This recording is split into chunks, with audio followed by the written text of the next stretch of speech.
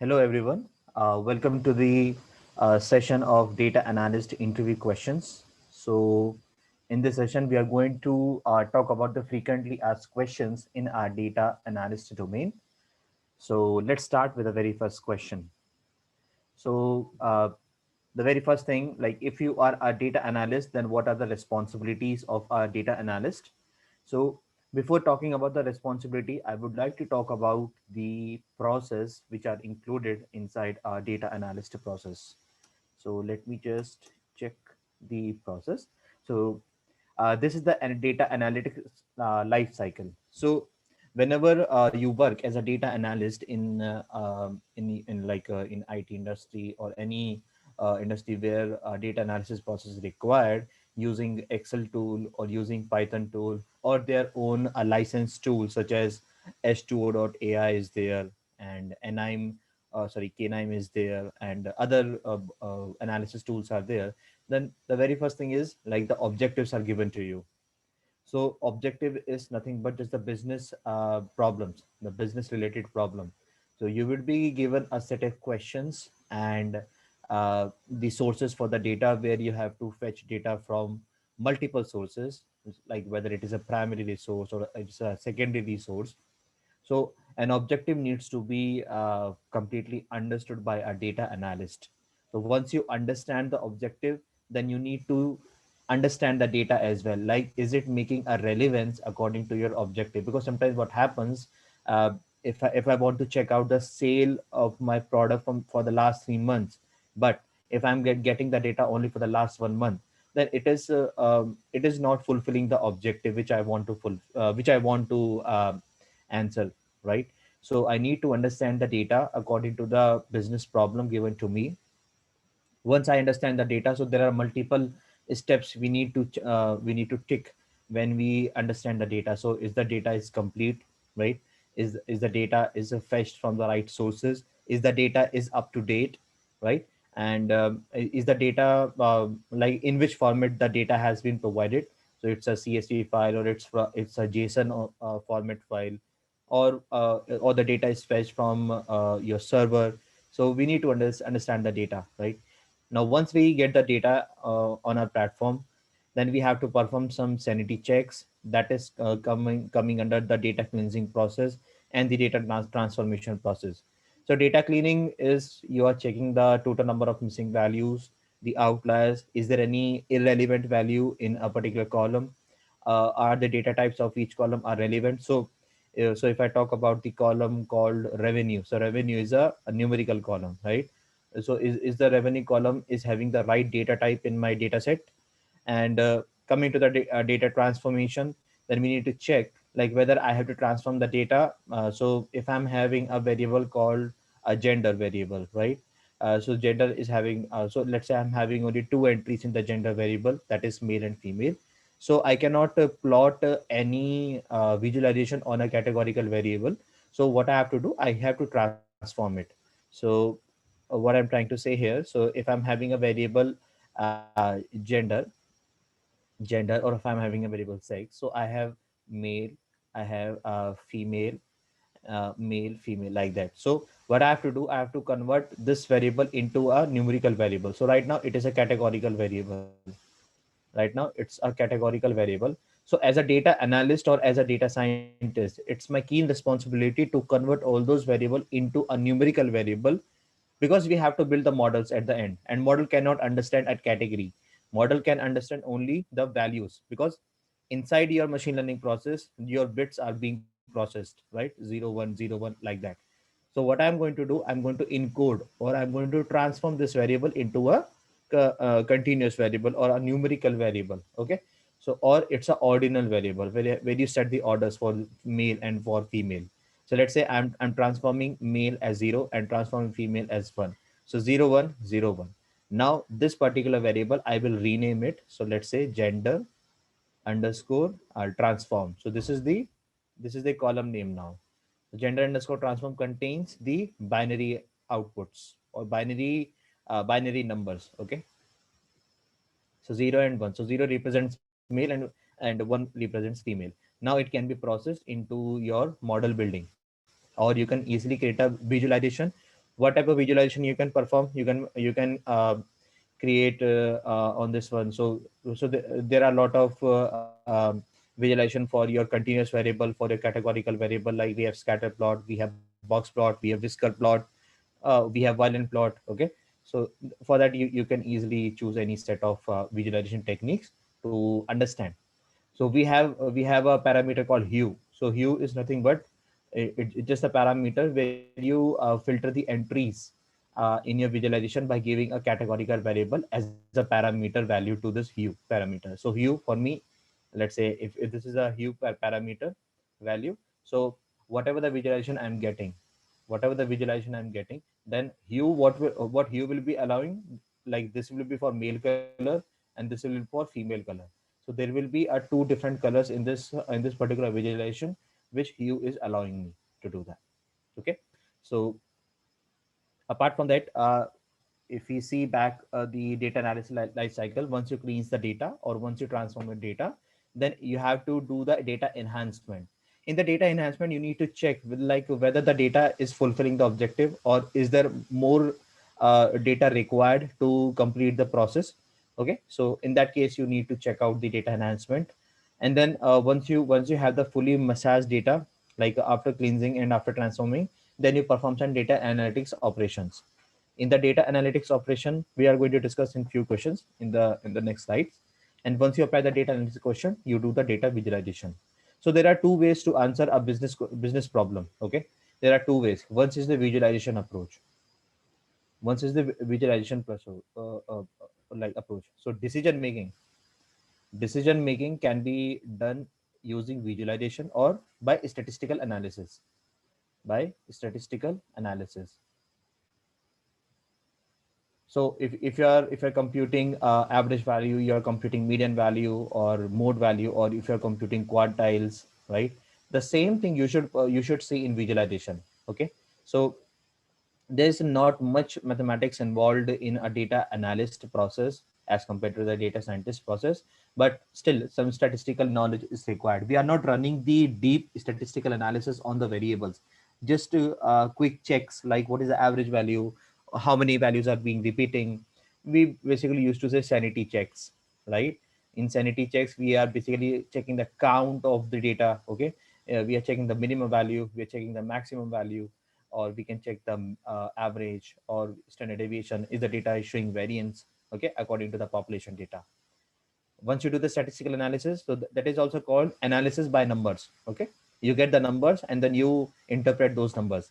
In the visualization, you are just plotting the charts, whether it is a histogram or it's a line plot, or it's a you can say scatter plot. Okay, or if it is a box plot, or you can say whisker plot. So these are some of the visualization techniques you perform on continuous categorical variable in your data set. And then again you are going back to the objective according to this arrow. So what you are trying to do, you are just trying to you are just trying to get your objective improvised. Okay, after one set of like life cycle process, maybe you got some set of features at this stage, and then again you are going to process your data. You're gathering only those features data, and then you are again performing the same cleansing action and the data analytics process and the visualization process. So these are some of the standard process which are required to perform data analytics operation if you're working as a data analyst.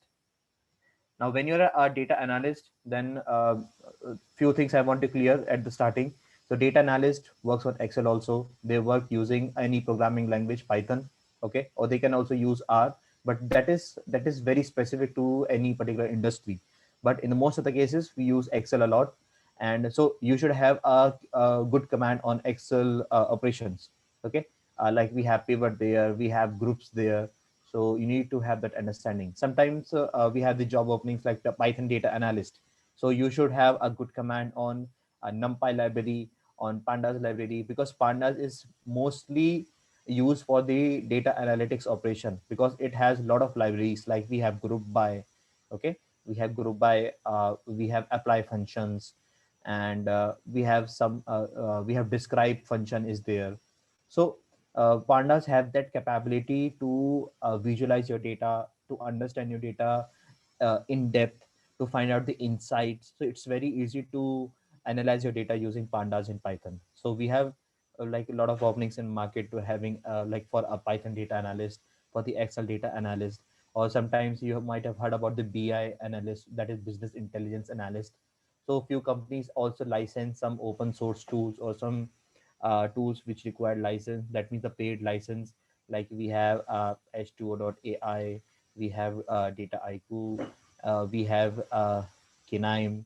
So there are a lot of tools which are required. When you work as a data analyst, you basically use these tools. So let's talk about the responsibilities first about of a data analyst. So yeah, it collects and analyzes the data using statistical techniques and reports the results accordingly. So I'm basically counting the number of rows, number of columns. I am taking the average. I'm taking the minimum value, maximum value. Okay. So all those basic statistical techniques I'm going to apply on my collected data for the analysis. Then I'm interpreting the data and analyzing the trends. So if it is an increasing trend, or if it is a decreasing trend, or if it is a constant trend throughout the time period. So if it is a data recorded according to the time, then I have to check like how the data is being behaving according to the weeks, according to the months, or according to the day. Or you can also see some patterns like this. You can also see some patterns like this. So these are some of the trends or patterns which basically you use to identify in your data when you work as a data analyst. And if the trend is repeating, so let's say this particular section is repeating, so this is the trend repeating. So why it is repeating, what is the reason behind it? Okay, so that you have to identify to answer your business questions.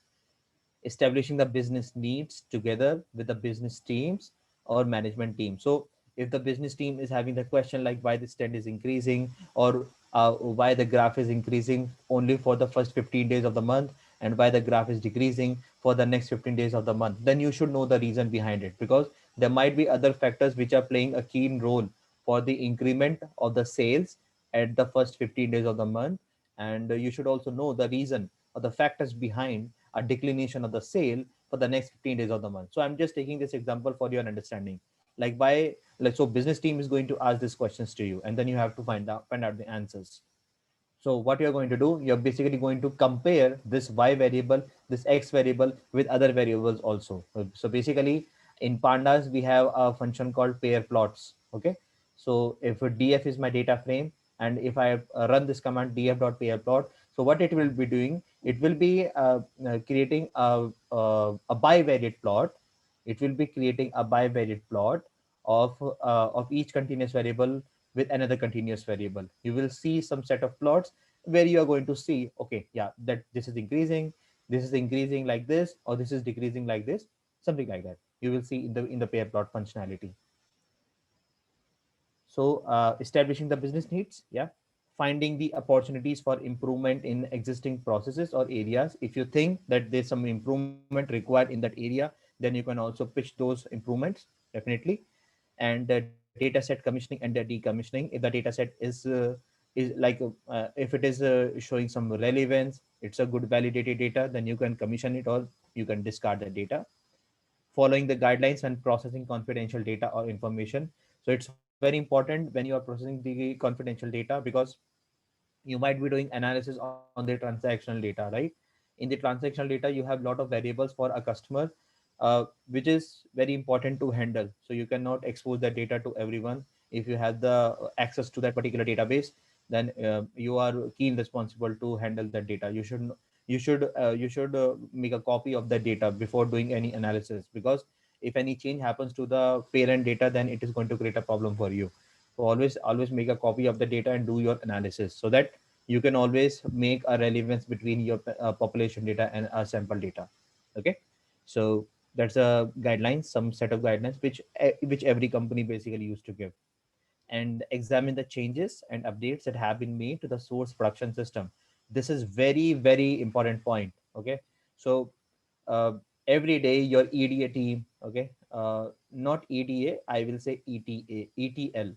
So your extraction transformation loading, okay, and your basically ETL tools are there. So your data engineers, okay, your data engineers are there and your data developers are there, which every day constantly working on the production system. Okay, so they keep changing the maybe the schema of the data. Okay, so it's very important to always see the relevant schema and the updated schema. Okay, it should not clash with your analysis with the schema at the production system. So it's very important to have a look at the schema. We'll talk about schema in the later question, like what exactly is a schema. Okay, and provide the end users with the training on new reports and the dashboard. So this is the last step of the data analytics operation. So you might be generating some few reports, let's say a weekly report. So if you are a manager and you want to find out the reports at the end of the week about the team which you are being handling, then it's a weekly report for you. Okay, then you are going to build a dashboard. If it is a CSV file, it's very important to see the performance of each employee per week. So that type of report I'm saying here.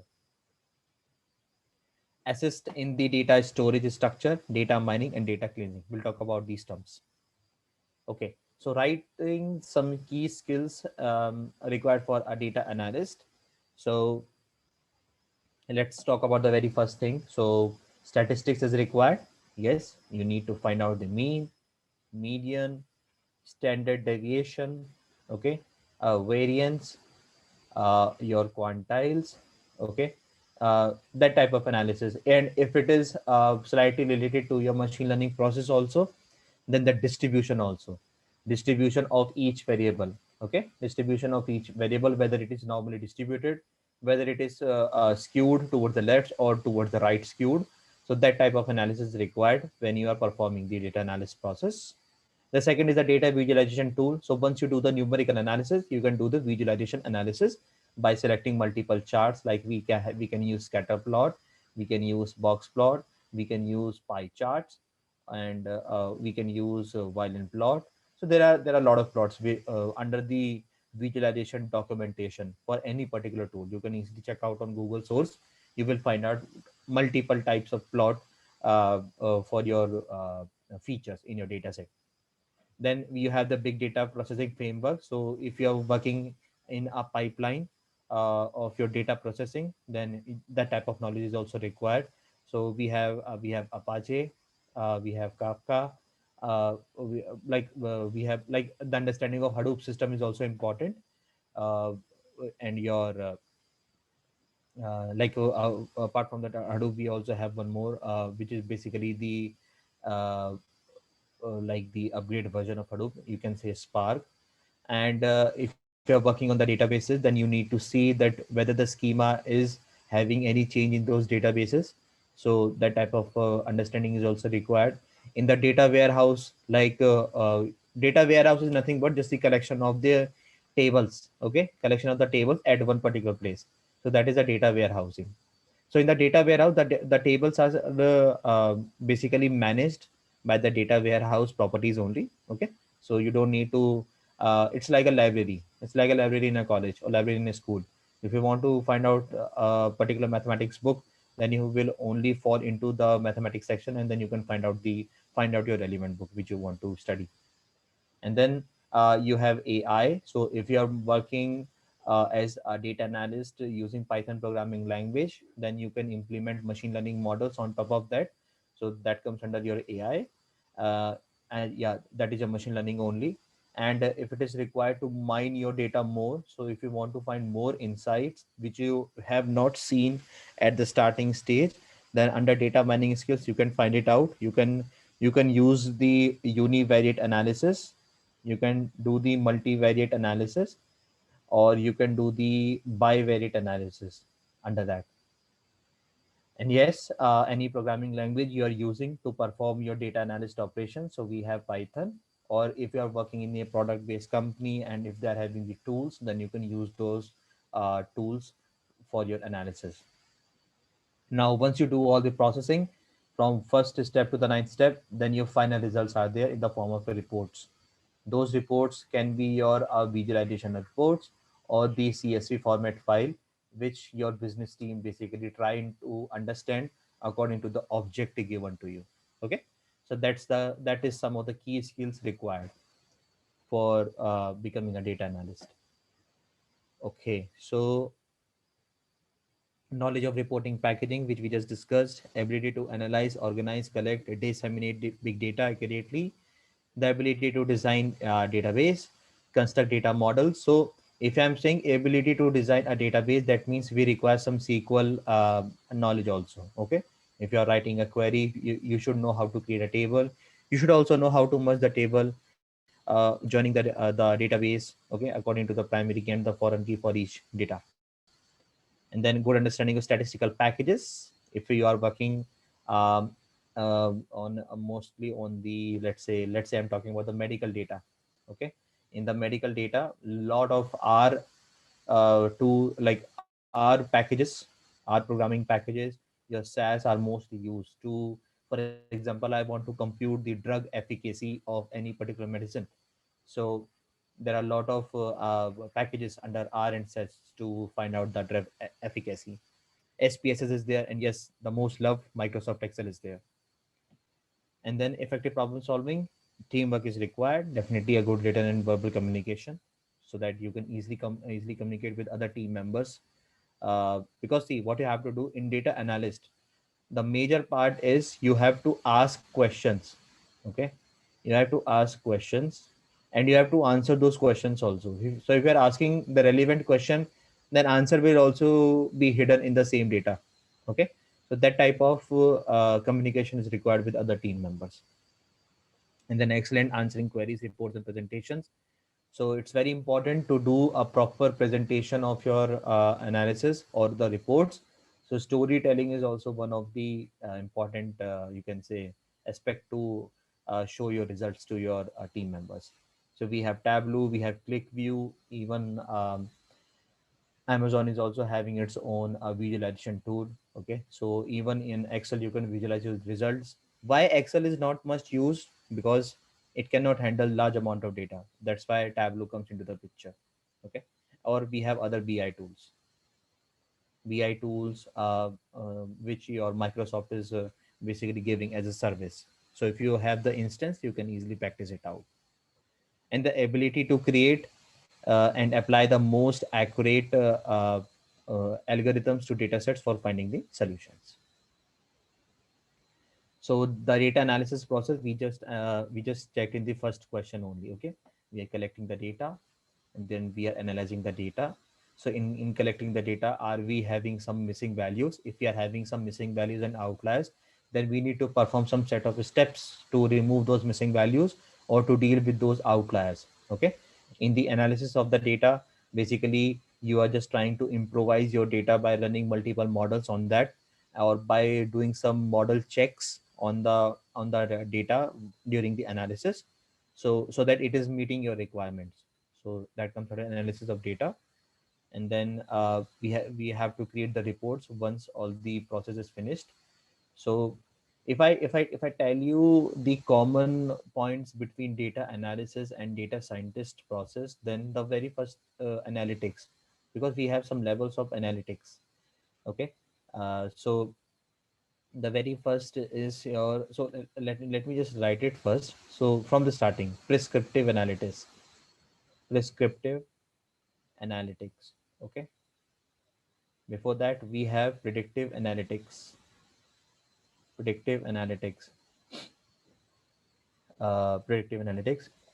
and just before that we have one more, descriptive analytics. So when you get the data, first you do what? Descriptive analytics. In that you have two types of statistical analysis. First is the descriptive statistics, and another one is your inferential statistics. Okay, now once you do the descriptive analytics, then you do the visualization analytics. Okay, you basically try to plot the charts, and then you do the predictive analytics by building the models, by building the models by building the models. And then you do the prescription analytics. That means you, from the models, what are the results you have find out, right? So those results comes under your prescriptive analytics.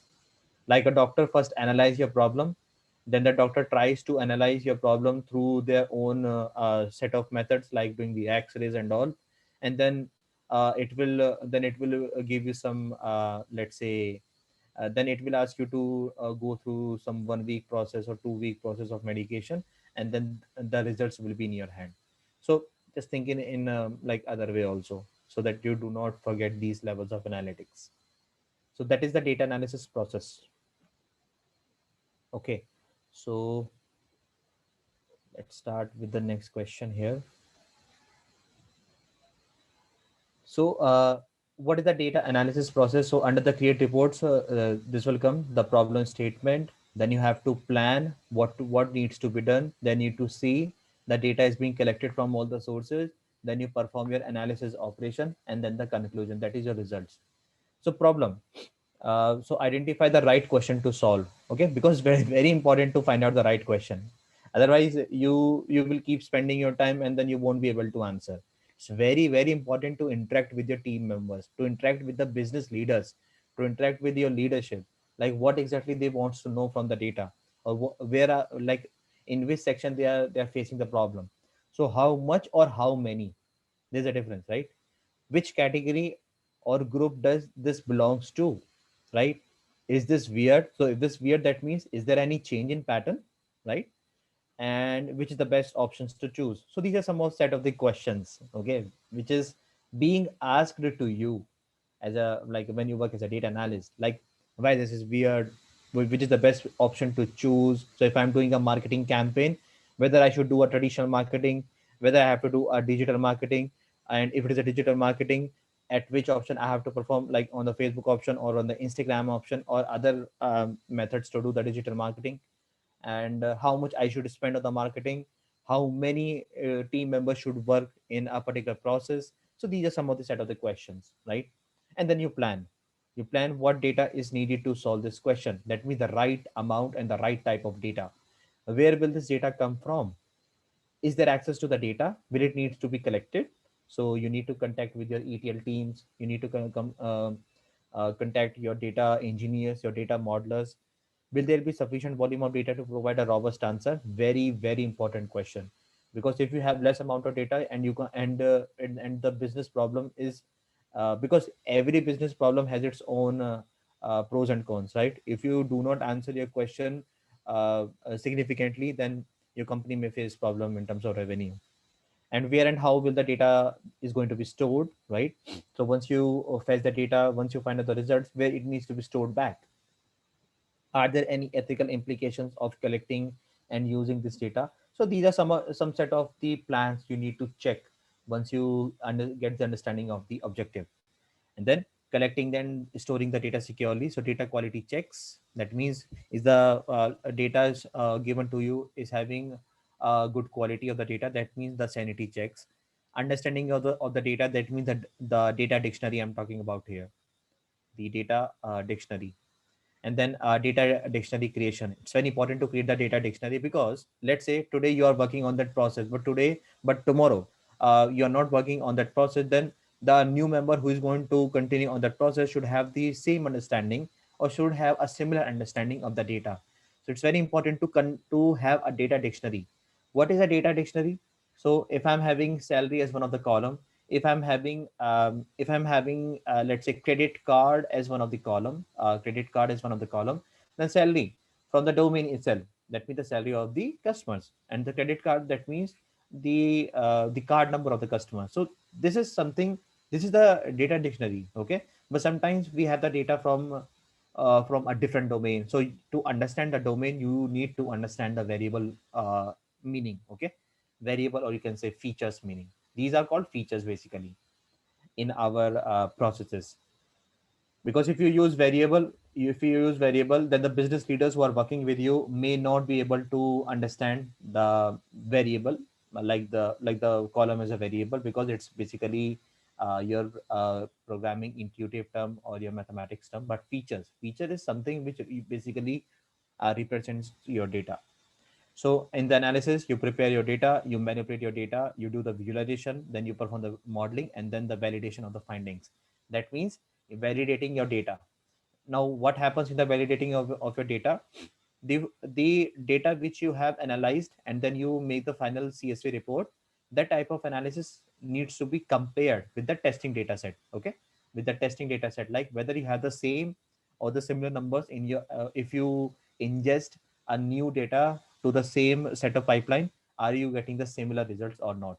So that is something you are trying to validate on a data which you have not seen earlier. So that is the analysis. And in the conclusion, you have summarize, you have to communicate with the team members, and then you have to answer the questions. Now from those answers, some new questions will also occur. So how does the data answer the original problem statement? You need to explain that. You need to explain the set of features you have chosen to answer the business problem. Are there any aspect of the original question that has not been addressed? So you need to check it out, like whether you are addressing the right question or not with the right analysis. What are the conclusions? So you need to write all the conclusion once you do the manipulation and the visualization of data, and what could be done differently next time. So yeah, this is a very important question. So this time, let's say you have chosen some set of statistical metrics and some set of visualization maps, but what could be the next step? How you're going to improvise your analysis, right? Are you going to choose some new way or new technique to analyze your data? So that type of answers you have to give once you give the reports. And what should happen next, like what is going to happen next after this analysis? Because once you do the analysis, you come up with your own results, and if those results are accurate and being validated with the population data, then you have to take the decision, like let's say you're going to shift your fundings to some other department, or you're going to showcase, let's say you are running a supermarket and you have ABC product, and from the analysis B and C are not focused much, but A is being focused much, then you are going to take some decision on A, right? Because it's a demand increasing, right? Then you are going to give some offers on B and C, so that they should also got sold in the same time period. Some type of offer you are going to give on those products. Okay, so that is something very important. So you have to work on a product as if like it's your own product. Okay, so that type of friendly behavior you have to perform with your data. Now, what are the tools used for the data analysis? So we have multiple tools. We have Rapid Miner, we have K9, we have Google Search Operators, Fusion Tables, Solver, Node Excel, OpenRefine, Wolfram, Alpha.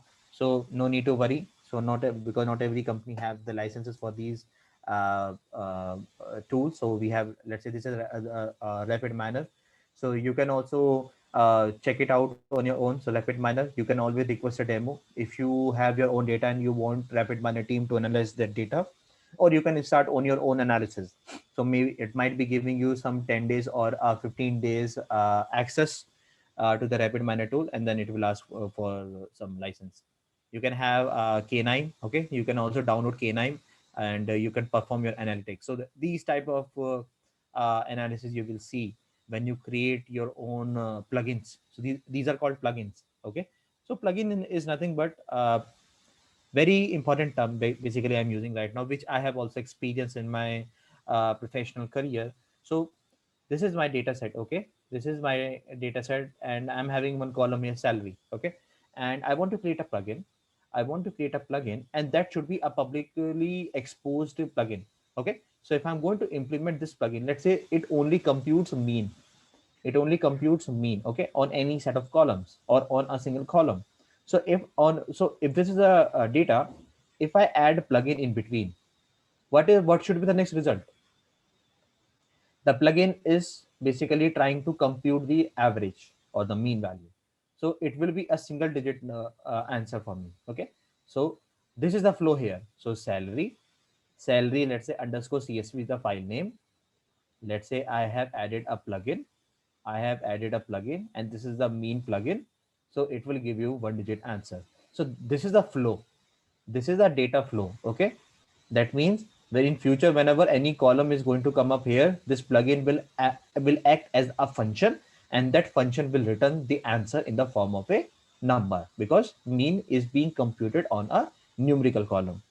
So that is the type of a graph or a tree you should know how to create it. Okay, so Personally, I have experienced these things on our data IQ operations in even H2.ai.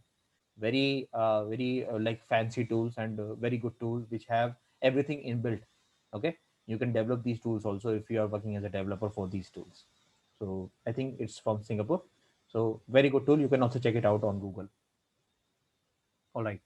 So we have the data analysis tool. We have Tableau. So I have the good understanding on Tableau. So Tableau has its own tutorials.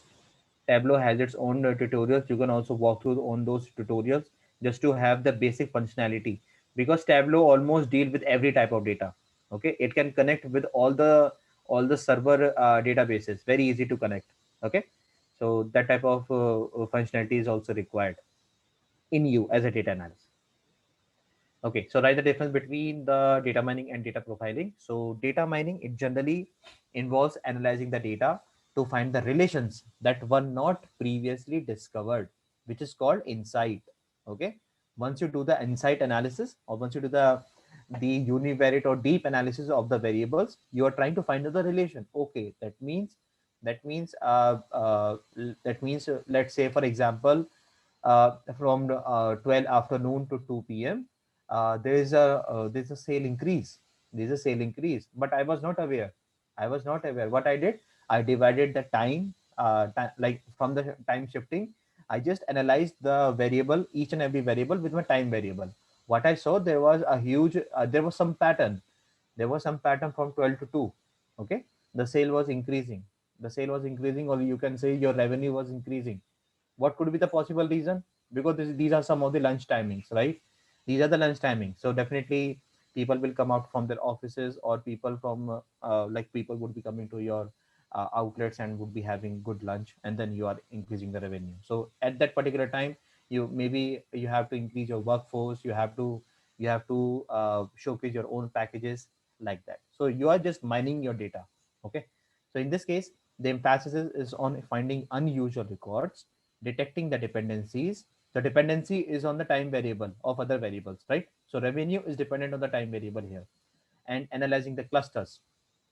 So apart from revenue, if some other variable is also being impacted in at this time frame, then you're going to clusters all those variables at one place. Okay, this is a cluster. It also involves analyzing large data sets to determine trends and patterns in them. So trends and patterns is very important to detect in any particular variable. Now data profiling process, again it also analyzing the data, but in this case you're just analyzing a individual attribute. Okay, so individual attribute, that means you're doing the univariate analysis most of the time. Univariate analysis, when you analyze your data, when you analyze only one single variable. Okay, or one individual attribute, or one individual independent variable. So that type of analysis is called univariate analysis. That means again, let's say the mathematics score I'm having for all the students in my class, and I want to see what is the average number of math score was there in my class. So what you are going to do, if this is a Python code, you are just going to run describe command. If you are working in a Tableau, then you have the direct functionality of computing mean, your median, your minimum, maximum, like that. Okay, so describe command will also give you minimum, maximum, uh, 25%, 50% quantile, and 75% quantile, and the count of that, right? Standard deviation. So these are some of the statistical results which you do under the univariate analysis. And if it is the, like for example, the data which is having the counts, because frequency is what, when you say histogram, that means the numbers which are frequently occurring. So that type of count you do. Okay, so these type of analysis are required when you do a univariate analysis. Also you have to check the data type of the variable, the frequency, like how much it is occurring. Okay, so some of the useful information you will get once you do the univariate analysis. It also facilitates the discovery and the evaluation of enterprise metadata. We'll talk about metadata, like what exactly is some metadata, because without metadata you cannot decide which uh, which set of statistical tools are required to do a univariate analysis. Okay, Now, outliers. So outlier is also very important term, because if I'm having 100, let's say 100 customers which are coming every month, okay, and from those 100 customers, let's say three customers are spending, let's say, more than $50,000, okay, more than $50,000, and the rest of the 97 customers are just spending around in between $10,000 to $15,000, okay. Now, if I check these average amount spent between these 97% customers and between these 3% customers, there's a huge difference, right? There's almost a difference of 25 to $30,000 difference between this amount spent by these customers. Okay, so for me, as for me in my analysis, these 3% are behaving differently, because if I'm trying to plot, let's say this is the uh, uh, this is the amount is spent, okay, this amount spent. So here at this particular step, let's say it has reached $50,000, more than $50,000. So one point I gathered here, so this is the point, so this is an outlier for me. So outlier is something, or outlier is a number which does not comes into the distribution. So for example, this is the distribution here, okay, this is a linear regression distribution. This is a linear regression, or it is a linear analysis of all the variables. But during the analysis, I saw there is a data point which is not falling into the distribution. Okay, so this is the distribution here, and this data point is not falling into the distribution. So what should I do? Okay, should I discard this? Should I discard this from my analysis? Because see what happens, if you discard it, you are basically missing the data, or you are basically removing the complete observation from your data. Okay, so let's say amount is spent, and this point basically falls here, but the other feature value, so if I'm discarding this particular row from my data frame, then basically you are missing these informations. Okay, you're missing these informations from the data. So discarding the outlier from the data set can be a cost, like can give you the problem in the future, because the problem is not the customer, the problem is with the higher value number. So there are a lot of techniques to deal with outliers. So you can cap it. So cap is one of the technique. So capping it, that means you are capping with the average value or with the median value. That means I'm computing the average value or the median value for this particular column. Okay, and then you are capping it. That means, let's say the average value for this particular column was $20,000. So what I'm doing, I'm replacing this $50,000 value with the $20,000. Now, if I again redo the analysis of linear regression, this point will fall under this distribution. So that is the treatment you are doing to this outlier. But it's very important to deal with the outliers. Otherwise, your model won't be able to give the exact results or the result which you are expecting, because it's just a number, right? It's just a number, and it has to be processed in a machine learning algorithm. So outliers are the values that differ significantly from the mean of the characteristics features of a data set. So of course, it is differing from the population. And if I compute the mean of the total column, then my mean would more become closer to this value. Okay. This is the way of saying, this is the way of basically saying the analysis. Okay. That means the value, which the mean value, if it is closer to the higher value, you will observe it. With the help of an outlier, we can determine either variability. So yes, it is showing the variation in the measurement or an experimental error. Now there are two kinds of outlier, univariate and the multivariate. So this particular graph depicts the outliers in the data set.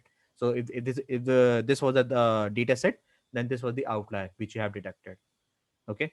So once you observe the outliers, then you should also observe the total number of missing values in your data set, because this outlier could be because of the missing value.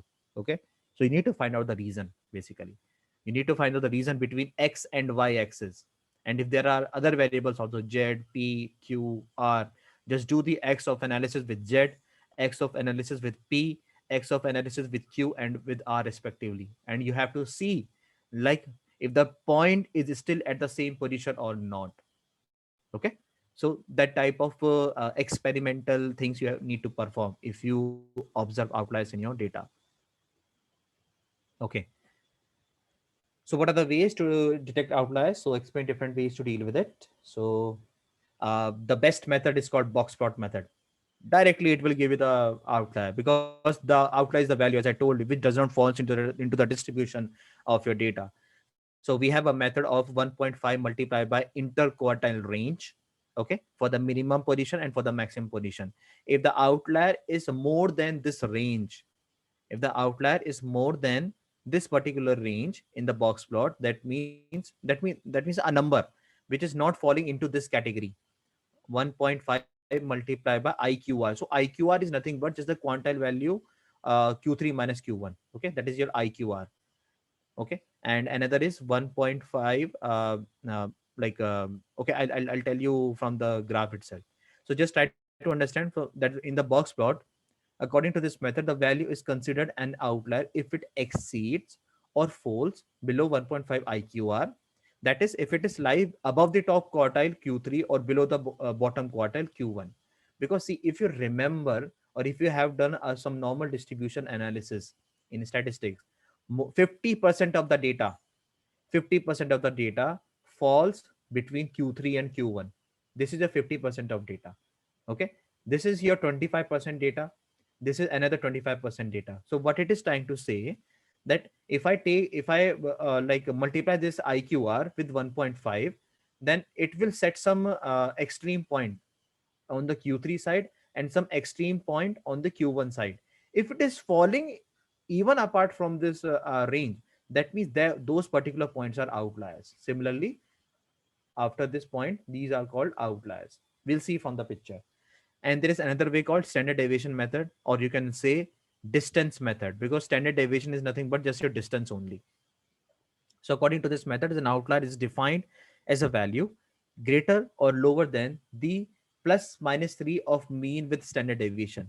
So if you have gone through the interview question of data science, which we have posted earlier, then we have discussed about Chebyshev inequality also. Okay, so we have mu minus standard deviation to mu plus standard deviation, mu plus minus 2 standard deviation to mu plus 2 standard deviation, and mu minus 3 standard deviation to mu plus 3 standard deviation. Okay, so basically some around 89% of the data will fall here, 96% of the data will fall here, but still, if the data set is not falling even at this interval range, that means that particular point is your outlier. Simple. Okay, that is from the statistical point, and from the visualization we have seen in the previous question. Now let's see what I'm trying to say about 1.5 QR. Yes, if you see this plot, if you see this plot, so all credits to EZ Bioclide that they have given a good picture. So this is a box plot, guys. Okay, this is a box plot. This is the minimum value. This is the maximum value. What I'm trying to say, first you have to compute the interquartile range. So IQR is nothing but just Q3 minus Q1. Okay, what it is trying to show, at the lower minimum value, if you perform Q1 minus 1.5 multiplied by interquartile range, that is your lower whisker. If the number is still not falling, or if the number is away from the lower whisker value, that means those numbers are called outlier.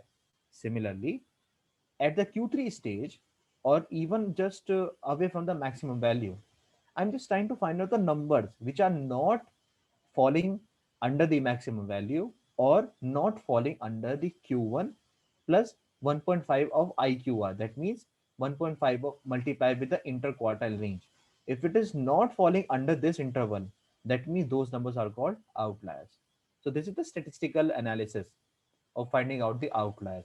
Okay, it's very important to understand box plot. This is the median value. And what do you mean by median value? A value which divides your data into two parts. That means 50% on the left side and 50% on the right side. That is the meaning of the median value. Okay, mean is not mean is doesn't divide your data into 50-50%. Median divides your data into 50-50%. Okay, so median is the middle value of your data set. So for example, from 0 to 100, what is the median value? 50. So 50 is the number which divides your data into two equal parts. Very important to understand. So middle value or the median, which divides your data into two equal parts. Two equal parts. Okay, so these are some of the ways to detect your outliers. So let's see the next section. Uh,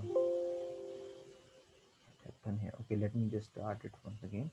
So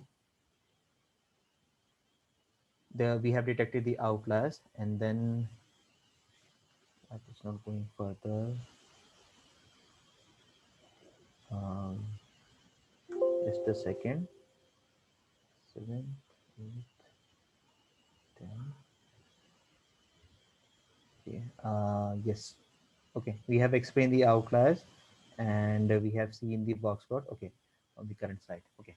So write the differences between data analysis and the data mining. So under the data analysis, we are doing extracting, we are cleansing, we are transforming the variables.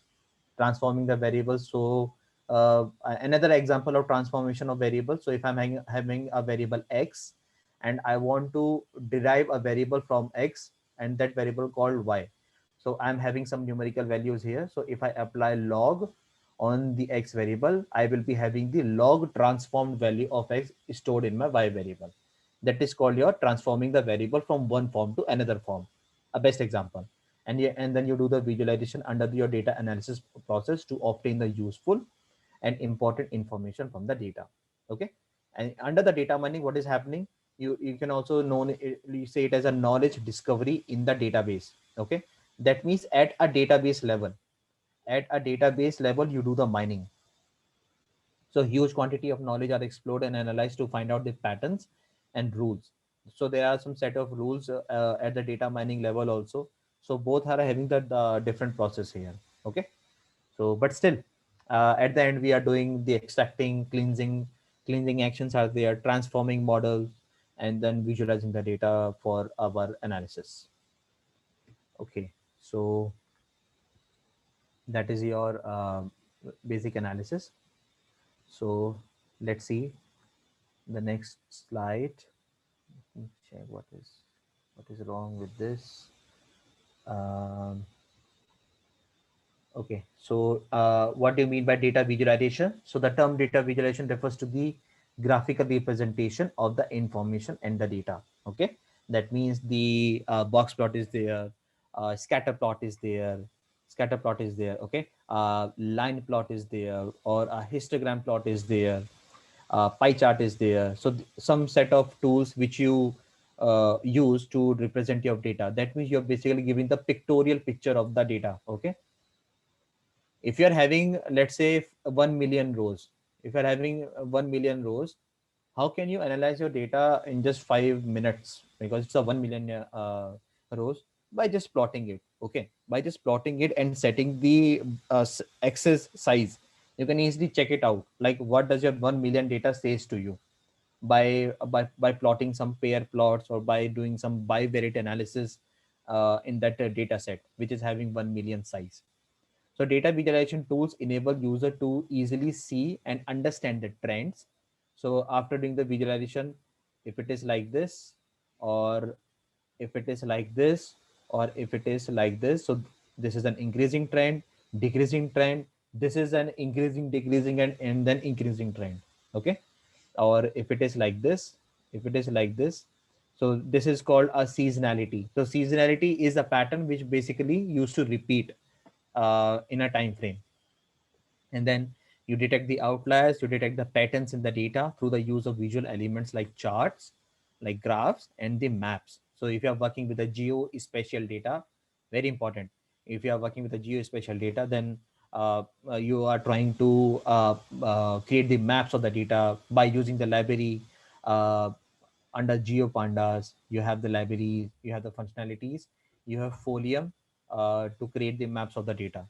Now, data can be viewed and analyzed in a smarter way, and it can be converted into diagrams, into charts with the use of these technologies. So, yeah, you perform most of the data visualization technique under them. Now, most of some of the Python libraries used in the data analysis. So, NumPy for the numerical analysis. If you are doing some statistical operations, so you need to perform all the statistical operations using the NumPy library. So you write it like this. So import NumPy as np. So for example, you want to create a random sample. So np dot random, and let's say you want a random sample with the integer value, then you write rand int. Okay, and then you give the range. Okay, so 1 to 100 with the step of 1. So like that. And then bokeh is another library where you can perform some analysis. Matplotlib, the famous, so you create all the plots. Even you have seaborn. Okay, seaborn, you have Matplotlib, that means all the pyplots. And under the pandas to work on the data frames. Okay, on SciPy if you are working on the text data, and on the scikit-learn if you are creating the machine learning models. Okay, so these are some of the Python libraries you basically use. So okay, now let's see. uh, just a second. So here we are. Okay, so right, the characteristics of a good data model. So let's see what are those characteristics which provides the predictability performance, so the outcomes can be estimated as the precisely as possible. That means keen to the target. That means very precise, very close to the prediction, or accurately as possible. So there's a difference, guys. There's a difference between accurately and precisely. Accuracy, you are saying on the basis of the data gathered, and in precisely, that means the model which you have created and behaving little weird, then you are doing some trial and error experiment to make it more precise to your business problem. Okay, so there's a difference. As business demand changes, it should be adaptable and responsive to the accommodate those changes as needed. So today, the business demand says A actions needs to be done, and tomorrow your business demand says that B action needs to be done. So there should be a common pipeline. There should be some common pipeline in your analysis. Like today, like tomorrow, if some changes are happening, then that particular pipeline is also capable to perform the analysis according to the B change. Okay, the model should scale proportionally to the change in data. So if my data set is increasing or if my data set is decreasing, then scalability also needs to be maintained. Scalability means the let's say the storage required for my 1 GB data, or the storage required for my 10 GB data, that storage should immediately be given to my analysis. Okay, that type of scalability is required. And or you can also say elasticity. So these are some of the data engineering terms, guys, basically. Now, customers should be able to reap tangible and profitable benefits from it. That's your core purpose, right? You want to make your clients satisfied with your analysis so that they can take decisions at their business level, at their investment level. So you have to give a good data model. Okay, that's your basic role. All right. So the next slide is um, okay, let me just check out the next slide. I don't know why this function is not working here. Okay, collaborative filtering is there. So under the collaborative filtering based on your user behavior, creates a recommender system. So by analyzing data from other users and their interactions with the system, it filters out the information. So in Excel, you might have seen, like, I want to fetch only all those male customers who are married. Let's say this is the gender variable, this is the marital status variable, and this is, let's say, this is a salary variable. So collaborative filtering means first you should know what is filtering. Only all those male customers who are married and having salary greater than $10,000.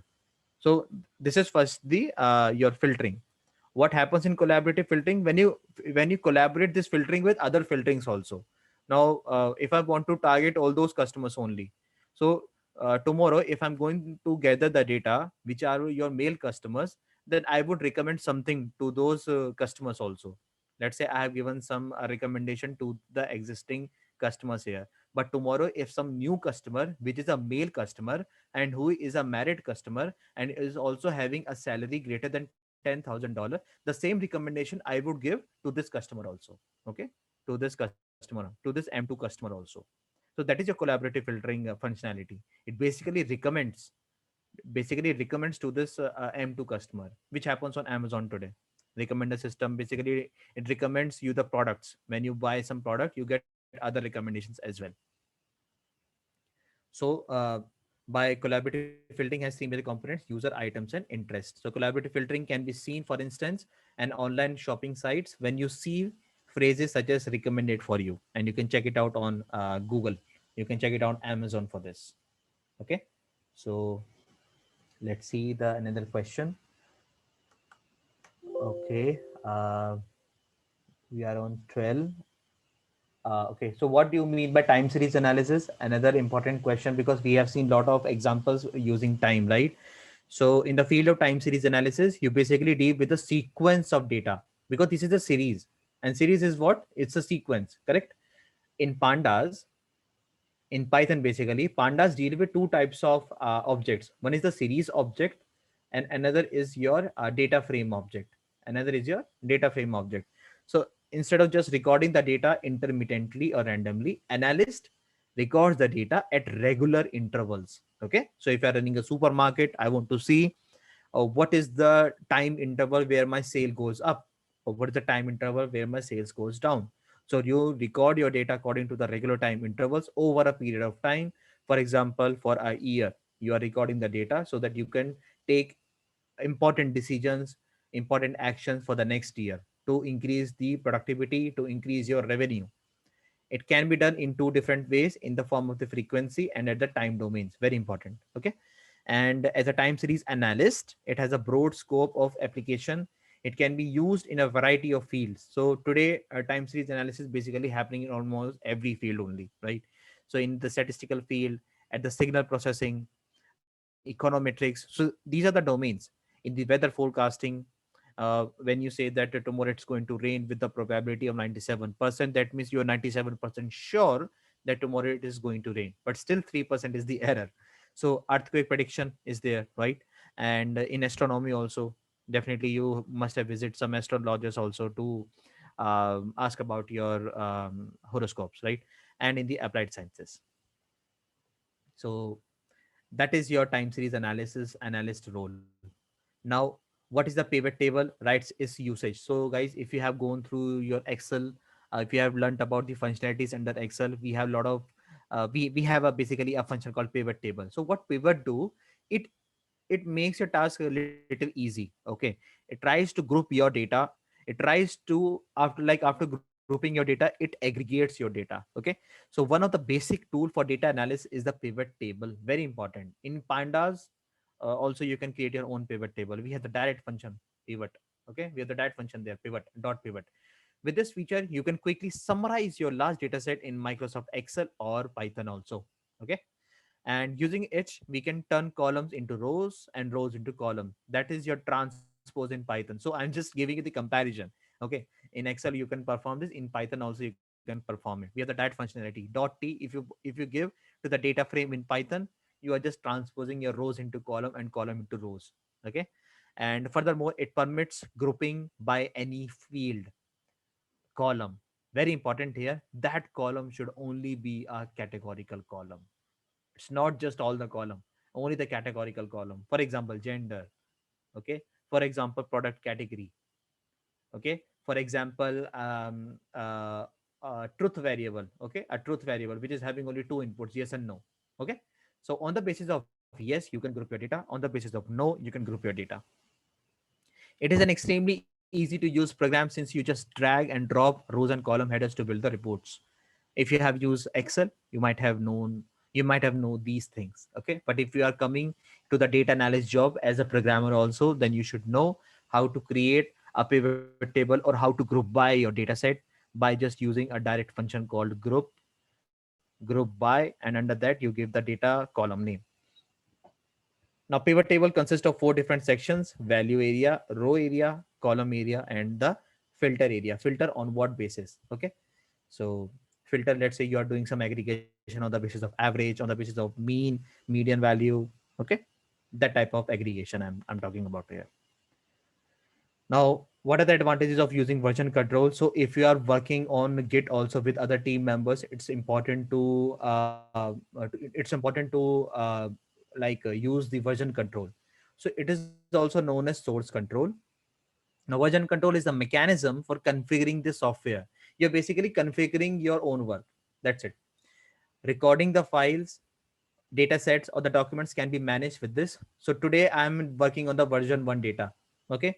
Next week, some data changes has happened. So I will be renaming it to version 2, or let's say version 1.2, or let's say version 1.1.0. So that type of control you should have on each version of data, so that in future, if something happens to your analysis, you can easily talk about the difference between the versions of the data you have worked upon.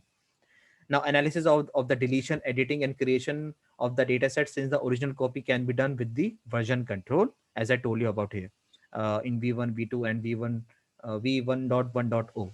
Software development becomes clearer with the method. So the other team members who are basically following the SDLC process will be more compliant to work on the version control datasets. It helps distinguish different versions of the document from one another. There's a complete history of the project files which is maintained on the server, and if the center server fails, you still have the version, so that you can retain your data. And securely storing the and maintaining the multiple versions and variants of copy, easy with this tool, and using it you can view the changes made to the different files. So just you are just making the copies of the data, you are just more securing your data, and you are basically not confusing yourself by creating the versions of the data. Okay. That's the advantage of version control. So that is the quick answer to your version control here. So let me just go back to the main question here. Just give me a second. Okay, 15, and then we have 16 is here. So some of the techniques used by data analysis. So yeah, wait. So performing data analysis requires the use of many different statistical techniques. So MDP process or a Markov process. Markov process basically you use depends on the type of the problem you are dealing with. If it is a too technical in terms of numbers, I'm saying, so Markov process is being used. Cluster analysis, when you cluster the important features, right? Imputation technique. So if you are imputing your missing values, then what type of imputation you are going to use? If it is a KNN imputation, or if it is a mean imputation, or if it is a median imputation, then you have to do some trial and error, which would be the better imputation, so that it doesn't make a big difference to your data set. Then we have some Bayesian methodologies which are being used under the Bayes theorem, and doing some rank statistics. Okay. So some of the tools under the statistics which you perform on your data. So slightly different of your process basically. Now another difference between your data warehousing and data lake. So warehouse we have already discussed, right? It basically have the silos of the data. So silos is what? Silos is basically piles of data. Piles of data. Okay. That is called your silos. So data warehouse is a centralized repository of data where data from OS, that means the data recorded from your operation system, and the other sources are stored. So it is a standard tool for integrating data across the teams or the department silos in mid and the large site companies. So it collects and manages your data. So it's a warehouse. You can go and you can take the data relevant to your business problem. But in the data lake, it's basically a large storage device. Okay, so which most of the companies use. Mostly the financial companies are using data lake option as the you can say DBMS storage, and that stores raw data in their original format until they are needed. Okay, with this large amount of data, analytical performance, native integration are improved. It exploits data warehouses biggest weakness, their incapability to be flexible. In data lake it's flexible to check out the format, but in data warehousing you are not concerned. Okay, you are not basically concerned there. The data might not be that flexible, in which the data lake the data is flexible here. Okay. So In companies, we use data lake most of the time. Or data lake is basically a lake here. Just trying to understand where you keep your data, well format data, well schema data. Okay. But in data warehousing, all types of data, whether structured data, unstructured data, or completely unstructured data, is just kept there. That's it. But you do not have the connection between those structured and unstructured data in your data warehousing. For that, you have to establish the connection by writing some SQL queries, or if you're using Hive databases, you have to write HQL, Hive query languages. Now, mentioning the data analyst using encounters while performing the analysis. So, some of the problems which a data analyst basically faces: presence of the duplicate entries. Very, very important, because if you are merging your data, if this is the DF1 and if it's a DF2, okay, if this is a data frame 1, data frame 2, definitely there would be a possibility some rows in df2 and some rows in df1. Okay. If you are not merging them properly, okay, then it can create a problem of duplicate entries. And having duplicate entries in the data will exploit your analysis at the visualization level also, and at the statistical level also. Okay.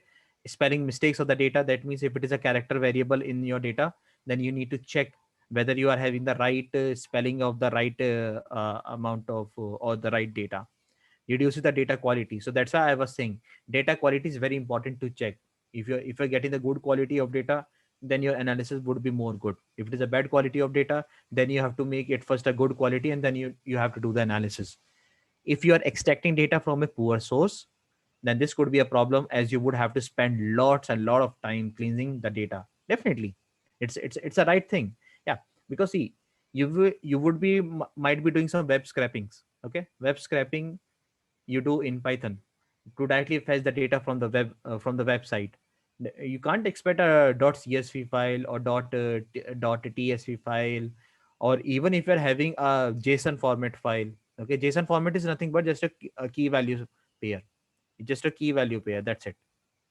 Okay, so it's not come like every time you will be getting the direct .csv or .tsv. You have to work on the poor quality data to make your data more good quality for your analysis. When you extract data from sources, the data may vary in representation. Now, when you combine the data from these resources, it may happen that the variation in the representation could result in a delay. Okay, that's the problem you can face.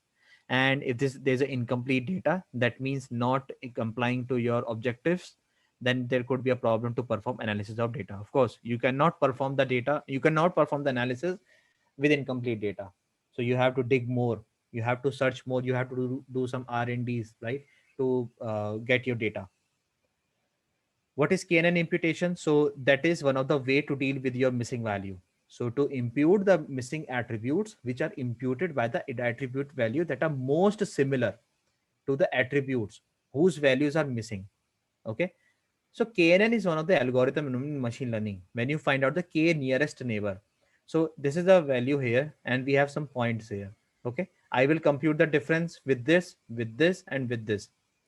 The distances which are more closer, that means I'm just making the statement. That means this point and this point are more closer and having the similar behavior. But if I compute the distance between this point and this point, very far from this point, that means the behavior could not be interpreted. So I won't say that it is going to be used as an imputational variable, okay, to impute the missing attributes. So on the basis of computing the distances between 2 points, it basically tries to find out the similarity between variable x1 and variable x2. So that is called a KNN imputation. So basically this steps comes once you clean your data, once you start dealing with each and every variable, once you start doing univariate analysis, and when you see that you have some missing attributes in a particular column, then you come up with some imputation technique. So KNN is one of the imputation method. So yeah, what is a framework developed by Apache processing large environment for an application in a distributed computing environment? So guys, this question is slightly related to the data engineering level. So but still so there are some of the terms. If you're working with data engineers, then you might hear this word HDFS, Hadoop distributed file system.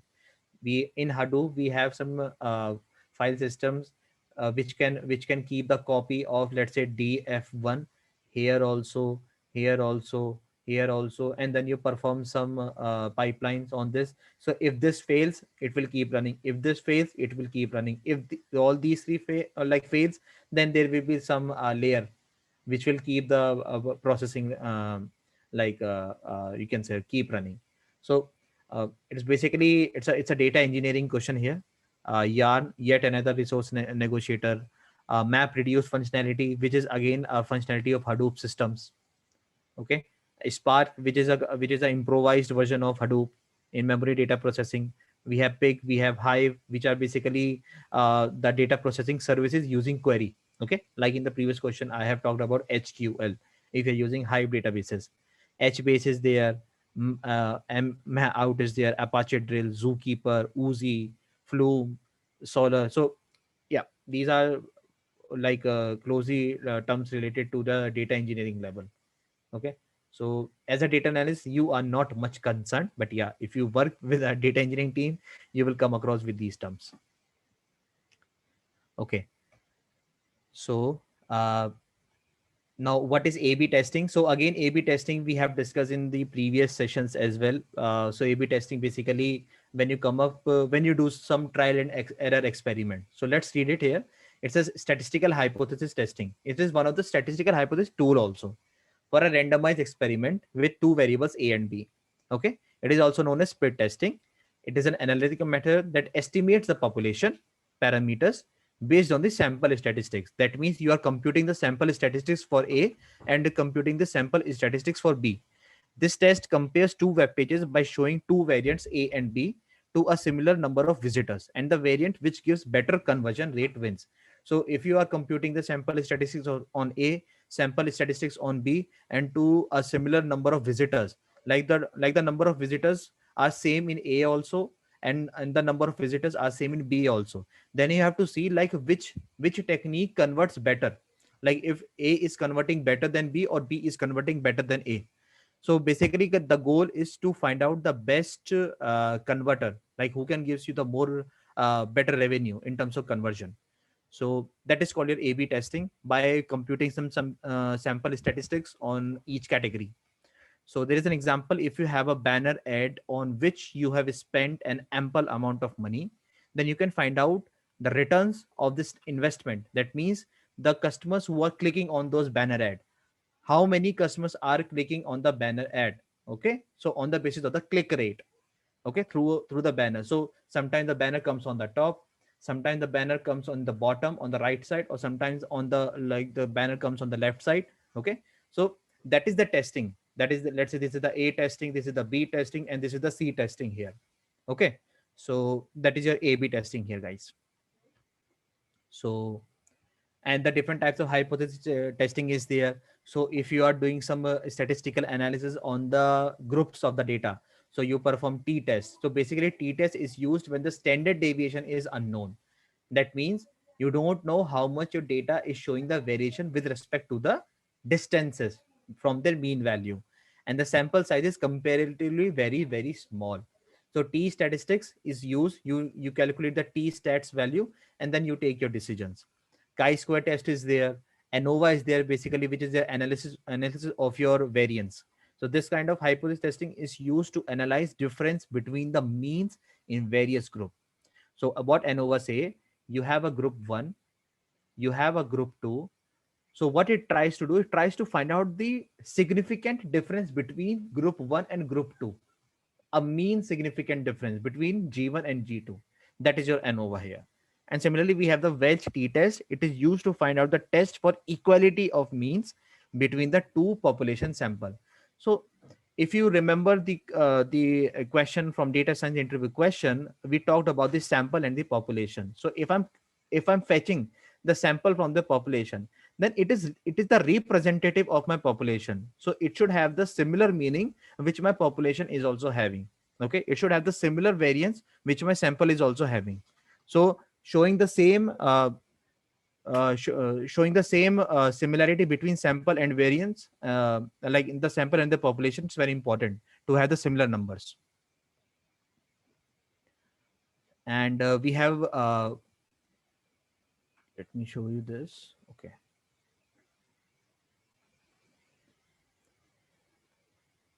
Okay. So just a second. 22. And we have the custom validation methods on the data analytics model. So let me just go through that. The various types of different data validation methods. So yeah, once you do the analysis, now the validation, how you perform on your data. So field level validation, form level validation, data saving validation, search criteria validation. So field level validation is done in each field. Okay.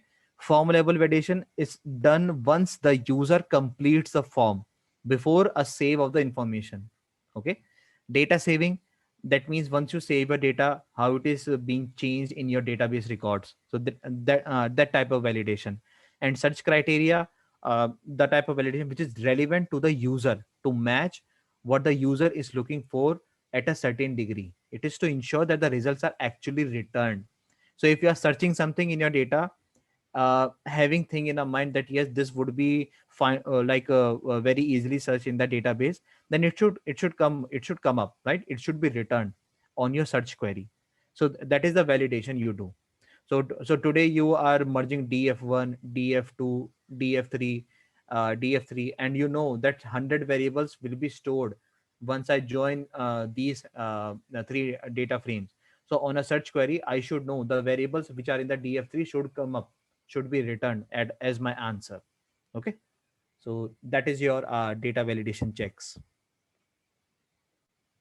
All right. So we have data validation. Then we have the true positive rate. So let me open a good confusion matrix for you. Uh, just a second. Okay. Affinity. Okay, I think I have not opened it here. Yeah. So this is the confusion matrix which you build on a categorical data. So positive, negative. These are the actual labels in your data set, and these are the predicted labels from the model in your data. So if the actual label is meeting with the like is equal to the predicted label, it's a true positive. Okay. If the actual label is not true, which my model is saying, like my model says that it's a negative, but my in my actual class it's a positive, then it's a false negative. So it's a type 2 error for me. Similarly, if my if the in the actual data set the label was negative, and in the predicted also the label was negative, so it's a true negative class. And we have the false positive, like in the actual it was showing negative, but my model is saying that it's positive. So best example is in my actual data set, you can say like let's say the blood sugar patient was there, right? The blood sugar patient like will have some infections. Okay. But my model says no, those blood sugar patients would not have that infection by eating something like that, right? So it just trying to make the decision wrong. So that's your false positive. So having the higher number of false positive can create you a problem. You will be start treating those patients also which are already well. So it should be the minimum number always. Okay. So that's your actual and predicted classes results. Sensitivity is true positive divided by true positive plus false negative. We have specificity, very important questions they ask in interviews. What is the precision recall? What is the negative predictive value? What is the accuracy? So accuracy you do when you add the diagonal elements and divide by the total sum of all the four windows sum. Okay. So that is your accuracy. Affinity diagram is something looks like this. So this is your affinity diagram. So you can also check it out for analyzing the interviews. So the diagram which gives you a representation. Okay. The representation of the processes which you have like come across. So okay, I think my screen is available. Okay, yeah. So in the affinity diagram, you can just try to see the source communication of the child data set with your parent data set. So that's your affinity diagram. It's an analytical tool used to cluster or organize data into subgroups based on their relationships. Okay. So you are just trying to find out the relationship between the variables. And these data or ideas are mostly generated from discussions or brainstorming sessions and are used in analyzing complex issues. So something like this, you just try to make the relations between the data. You try to do some brainstorming. Okay, that A is having a connection with D, then what is the name of that connection? You just name it here. Similarly, A is having a connection with B, then what is the type of connection? If B is having a connection with C, then what is the type of connection? So in brainstorming session with your business leaders, you just try to come up with your own affinity diagrams. Similarly, we have metadata. It gives you the detailed information about the data system and its content. It helps to define the type of data information that will be stored. So the best example of metadata, let me give you. Metadata is, I think here, yeah. So uh, this is the relational database. So it's a rows and column combination, right? What metadata says, it says that this particular database is having a column employee ID, a column first name, last name, a column NIN, and the department ID. Okay, so employee ID is of data type int, and description is the primary key of a table. So if you want to merge the database or this table in the with the other tables, then that other table should also have the employee ID as one of the column, first name, last name. So metadata consists of all the name of the columns, the data types of each column, and the description of each column. The description is basically your data dictionary. So that is your metadata. Okay, so that's your metadata. And explain how to deal with multi-source problem. So restructuring the schemas. So schema is your metadata only, guys. Okay, to accomplish a schema integration. So when you integrate two data frames, you always know the schema behind that. Only then you, because schema will give you the idea of a primary key, the primary key, and the idea of a secondary key here. Okay, so that is the restructuring the schema and identifying the similar records and merge them into a single record containing all the relevant attributes. See guys, joining the database, merging it, it's very important. If you are doing it in Excel, if you are doing it in Tableau, or if you are doing in Python. So we have dot concat command if you are merging two data frame. We have dot merge command if you are merging at a inner level, or if you are merging it as at a outer level, because set theory is being obtained here. If you are merging two data frame, then there would be some common rows. So only these common rows will come up if you will give the parameter how is equals to inner. So that is the intersection. So A intersection B will be the common rows. Okay, and that is how you deal with the multi-source problem. And which question should you ask to your clients before you create the dashboards? So what is the purpose of the dashboard? Should the dashboard be retrospective or real time? Because if it is a real time dashboard, then your data pipeline, the data pipeline which is coming from the production server, should be connected to that dashboard. How detailed the dashboard should be, that means where should be the plots on the left, onto the right side, what type of information I have to show on the dashboard. Okay, and how tech and data savvy is the end user. So if the end user is a technical person, then you will definitely try to show some technical results also. But if it is not a technical person, then you have to show the results which everyone can read. Okay, does the data needs to be segmented? That is again up to you, like whether you are doing on the 80% and then you are doing on the 20%. Should I explain the dashboard design to you? So all these questions you should ask to your client, because your client again is a non-technical person. It could be a non-technical person or it could be a technical person, but it's your major responsibilities to explain the dashboard which you have created with all the analysis you have done in your data analyst life cycle.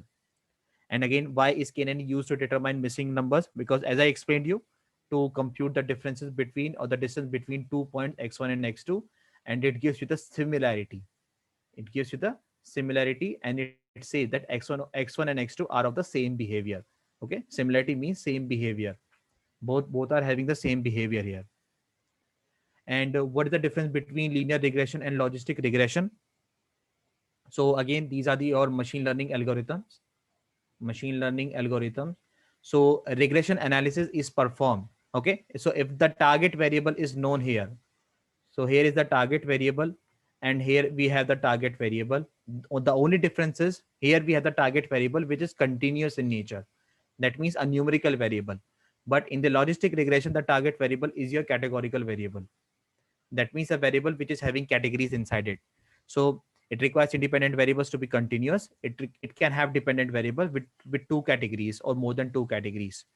Okay, so based on the least square estimation, so here you compute the least square, or for the errors you compute the mean squared error. Here we work on the maximum likelihood estimate. So if you have gone through some machine learning algorithm theoretical part, we have MLE as one of the methods, and it requires 5 cases per independent variable. Not you can say mandatory, you can have more than 5 cases also.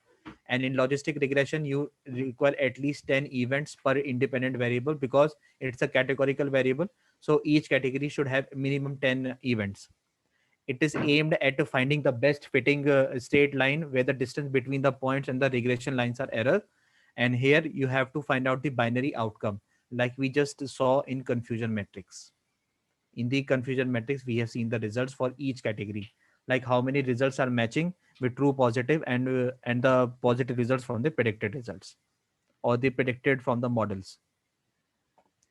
Similarly, we have the differences between the R squared and the adjusted R squared. So these are the evaluation metrics. These are the evaluation matrices under your regression algorithms. So whenever you perform any regression task, we basically compute as R square and adjusted R square. The core purpose to compute these matrices, it explains the variability. It explains the variability. That's it. How much data is showing variation in your model. So it measures the proportion of the variation in the dependent variable explained by the independent variable. How much independent variables are capable to explain the dependent variable. So that type of variation or that type of number is given by R square. And if you are having the large values of R square, that means it is explaining your dependent variable in a more better way, in a more good way. And in the adjusted R square, it gives the percentage of the variation explained by those independent variables that in reality affects the dependent variable. That means on a reality check, if you productionize your model, it gives you the real results. So adjusted R square and R square also have the similar values. But the main purpose is that you should always acquire, or you should always see the higher value of R square. That means it is more accurate to your business problem.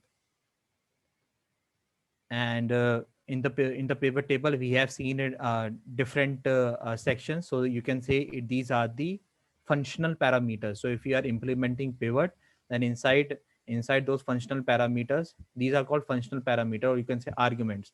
So value area, rows area, column area, and the filter area. Okay, so that you can easily see in even in Excel also on this small data set. So yeah, that is your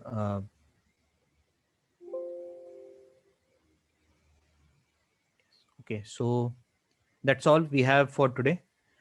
These are all the interview questions. So if you're appearing for a data analyst interview, then you should focus uh, on each set of questions. So Python for data analyst, Python for data analysts are the job openings, or the data analyst they require on Excel also. So you should know Excel primarily.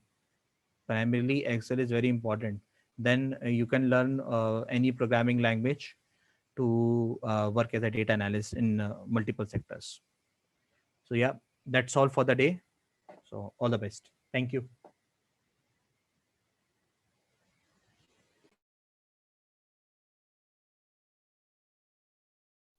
I'm Sangu.